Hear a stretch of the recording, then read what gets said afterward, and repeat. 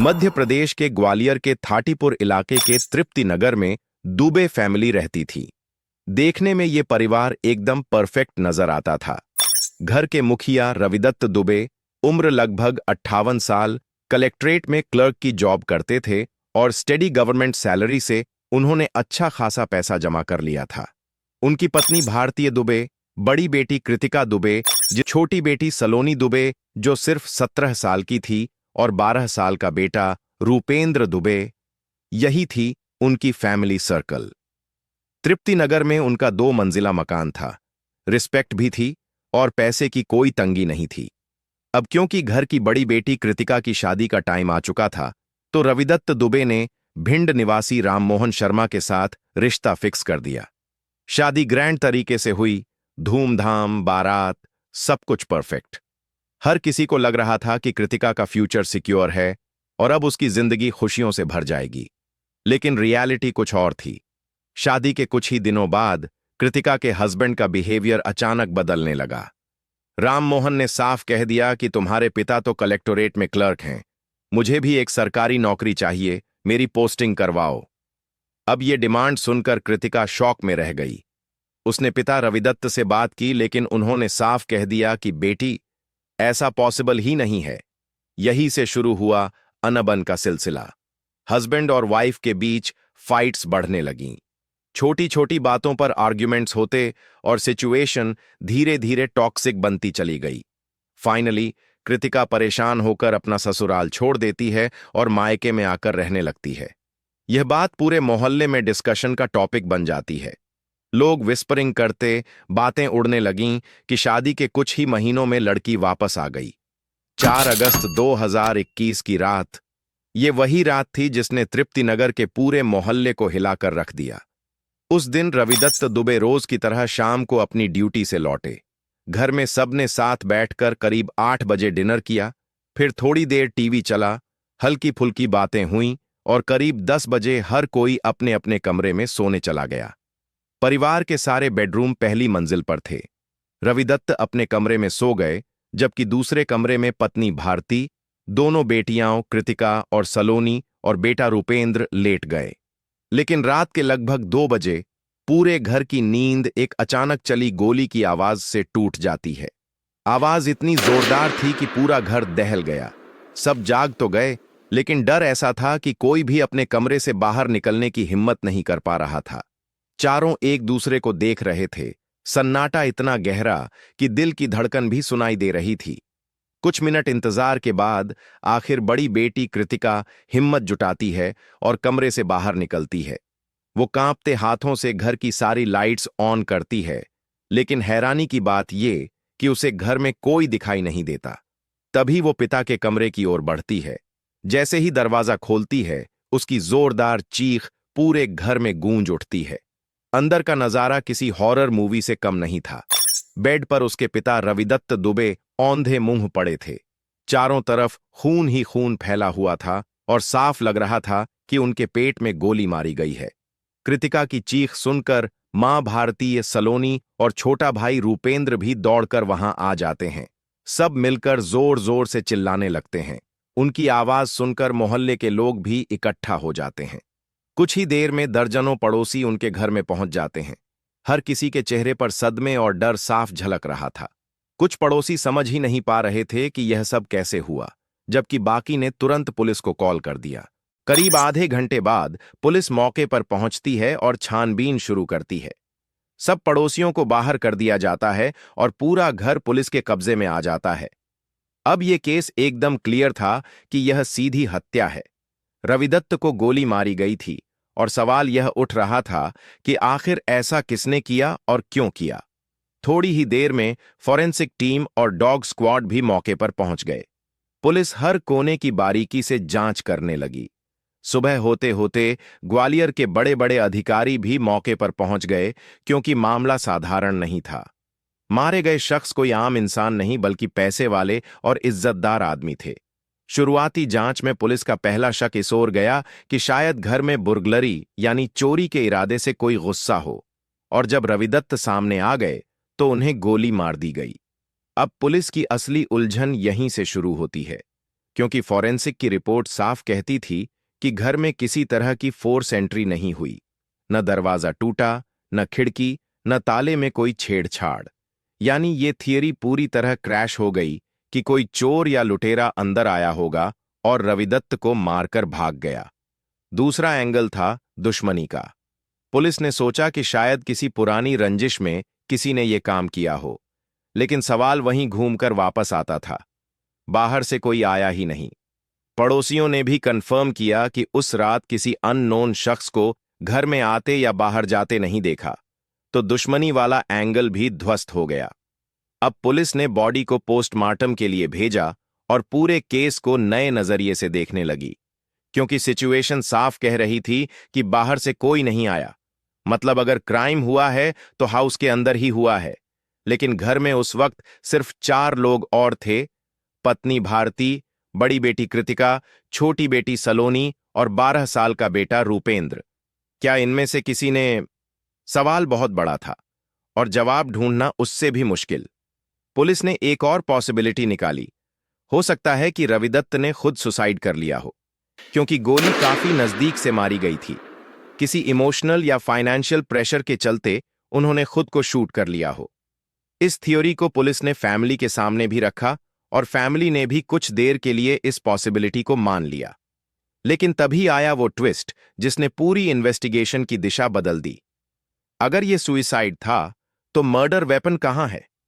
Forensic team ने घर का कोना कोना खंगाल डाला, हर अलमारी, हर बिस्तर, हर बॉक्स, हर जगह, लेकिन किसी को भी कोई गन या पिस्टल नहीं मिला। और यह बात क्लियर कर देती है कि यह सुइसाइड वाला थियरी भी पूरी तरह फेल है। पुलिस ने रविदत्त दुबे के ऑफिस कॉलीग्स से भी पूछताछ की। सबने एक ही बात कही, रविदत्त तो बहुत पॉजिटिव और जिंदा दिल इंसान थे। उन्हें किसी भी तरह का डिप्रेशन या दबाव नहीं था। खुदकुशी करना उनके नेचर में था ही नहीं। अब केस पूरी तरह से फैमिली के इर्द गिर्द सिमट गया और शक की सुई घूमकर पहुंच गई 4 लोगों पर: पत्नी भारती, बड़ी बेटी कृतिका, छोटी बेटी सलोनी और मासूम सा दिखने वाला 12 साल का बेटा रूपेंद्र। अब तक पुलिस को साफ हो चुका था कि यह कोई अचानक हुई घटना नहीं, बल्कि एक प्री प्लान्ड मर्डर है, और इस प्लानिंग के पीछे घर का ही कोई सदस्य है। इसी वजह से पुलिस ने पूरे परिवार पर नजर रखना शुरू कर दिया। सबसे पहले टारगेट बनी पत्नी भारती। पुलिस ने उनके बारे में हर एंगल से छानबीन की। पड़ोसियों से पूछा गया, रिश्तेदारों से बात की गई। क्या उनका किसी के साथ इलिसिट अफेयर था? क्योंकि कई केसों में पत्नी किसी रिश्ते के चलते अपने पति को रास्ते से हटवा देती है। लेकिन जब पुलिस ने गहराई से जांच की तो भारतीय को लेकर हर जगह से एक ही बात सामने आई। वो बेहद सिंपल और साफ सुथरी महिला थीं। उनका किसी के साथ कोई अफेयर नहीं था, न ही ऐसा कोई शक था कि वो अपने पति की हत्या करवा सकती हैं। यानी भारतीय को पुलिस ने क्लीन चिट दे दी। अब शक की सुई घूमी बड़ी बेटी कृतिका पर। हाल ही में उसकी शादी पिता ने अरेंज की थी, लेकिन उसका पति अब्यूसिव निकला। कृतिका ससुराल छोड़कर मायके आ गई थी। पुलिस ने सोचा शायद कृतिका अपने पिता से नाराज थी कि उन्होंने उसका रिश्ता गलत घर में कर दिया, और इसी गुस्से में उसने ये एक्सट्रीम स्टेप उठा लिया। कृतिका अब प्राइम सस्पेक्ट बन चुकी थी। पुलिस ने सबसे पहले उसके पति से पूछताछ की, लेकिन वहां से कोई सॉलिड सुराग नहीं मिला। फिर उसके दोस्तों, पड़ोसियों और जान पहचान वालों से इनपुट लिया गया। कॉल डिटेल्स खंगाली गईं, दिन रात उसकी मूवमेंट्स ट्रैक की गईं। लेकिन कई दिन की इन्वेस्टिगेशन के बाद भी पुलिस के हाथ एम्प्टी ही रहे। कृतिका का कोई इन्वॉल्वमेंट साबित नहीं हो पाया, और इस तरह कृतिका को भी पुलिस की तरफ से क्लीन चिट मिल गई। अब बारी आई छोटी बेटी सलोनी दुबे की। उम्र सिर्फ 17 साल, मासूम सी दिखने वाली लड़की। पुलिस के पास उसके खिलाफ कोई डायरेक्ट कारण नहीं था, लेकिन इन्वेस्टिगेशन का प्रोटोकॉल यही था कि हर मेंबर से पूछताछ हो। इसलिए पुलिस ने अपना फोकस सलोनी पर डाल दिया और उसके बिहेवियर, उसकी लाइफस्टाइल और उसके सीक्रेट्स को जानने की कोशिश शुरू की। अब केस ने असली स्पीड पकड़ ली थी। सलोनी से पूछताछ के दौरान पुलिस ने नोटिस किया कि उसके जवाब शेकी हैं। चेहरा घबराहट से लाल पड़ रहा है और वह आंखों में आंखें डालकर कुछ भी बोल नहीं पा रही थी। चूंकि सलोनी माइनर थी, इसलिए सख्ती से पूछताछ संभव नहीं थी। पुलिस ने इनडायरेक्ट अप्रोच अपनाई और उसके स्कूल पहुंच गई। वहीं पर क्लासमेट्स से बातचीत करने पर सामने आया बड़ा खुलासा। सलोनी का एक बॉयफ्रेंड था, नाम था करण। यह सुनकर पुलिस के कान खड़े हो गए। तुरंत करण की बैकग्राउंड चेक शुरू कर दी गई। कुछ दोस्तों ने बताया कि एक बार रविदत्त दुबे ने सलोनी और करण को पार्क में साथ बैठा देख लिया था। उसी वक्त गुस्से में आकर रविदत्त ने दोनों को सबके सामने थप्पड़ मारा और कड़ी चेतावनी दी कि दोबारा कभी साथ दिखे तो अंजाम बुरा होगा। ये क्लू पुलिस के लिए जैकपॉट था। वो बिना वक्त गवाए करण तक पहुंची और सीधे सवाल दाग दिया, तुमने सलोनी के पापा को क्यों मारा? यह सुनते ही करण का चेहरा उतर गया। वो हकलाने लगा और बोला, सर, मैं मानता हूं कि सलोनी मेरी गर्लफ्रेंड थी। उसके पापा ने हमें पार्क में पकड़ लिया था, थप्पड़ भी मारा था, लेकिन मैंने उन्हें नहीं मारा। पुलिस लगातार साइकोलॉजिकल प्रेशर डाल रही थी। बार बार आरोप दोहराए जा रहे थे। करण पसीजने लगा और आखिरकार उसने एक ऐसा सच उगल दिया जिसने इस पूरे मर्डर मिस्ट्री को नई दिशा दे दी। करण बोला, सर, मैंने सलोनी के पापा को हाथ तक नहीं लगाया, लेकिन हां, हो सकता है कि सलोनी ने ही मारा हो, क्योंकि जिस दिन पापा ने हमें पकड़ा और मारा था, उसी दिन सलोनी ने मुझसे कहा था कि अगर तुम मेरे साथ रहना चाहते हो तो तुम्हें मेरे पापा को खत्म करना पड़ेगा। उस बात ने मुझे हिला दिया था। तभी मैंने उससे सारे रिश्ते खत्म कर दिए। पिछले 1 महीने से मेरा उससे कोई कांटेक्ट नहीं है। आप चाहे तो मेरी कॉल डिटेल्स चेक कर लीजिए। पुलिस ने तुरंत करण की सीडीआर यानी कॉल डेटा रिकॉर्ड निकलवाई और हर वर्ड सच निकला। पिछले 1 महीने से उसने सलोनी से एक भी कॉल या मैसेज नहीं किया था, यानी करण इस केस में टोटली क्लीन था। लेकिन अब पजल का बड़ा पीस पुलिस के हाथ लग चुका था। सलोनी के दिल में अपने पिता के खिलाफ गुस्सा और नफरत पनप चुकी थी, और यह फैक्ट साबित कर रहा था कि इस मर्डर कॉन्स्पिरेसी में उसका हाथ जरूर है। यहीं से पुलिस ने सलोनी की सीडीआर खंगालनी शुरू की, और यहीं से सामने आया एक नया नाम, पुष्पेंद्र लोधी। पिछले 1 महीने से सलोनी और पुष्पेंद्र घंटों घंटों बात कर रहे थे। अब पुलिस के हाथ में वो धागा आ चुका था जो पूरे केस की गुत्थी सुलझाने वाला था। पुष्पेंद्र लोधी नाम का ये लड़का, रिकॉर्ड्स बताते थे कि ये कोई सीधा साधा इंसान नहीं था, बल्कि क्रिमिनल बैकग्राउंड वाला शख्स था। पहले भी इसने छोटे मोटे क्राइम्स किए थे, चोरी छिपे गलत एक्टिविटीज में शामिल रहा था। यानी अब पुलिस का सस्पेशन एकदम सॉलिड हो चुका था।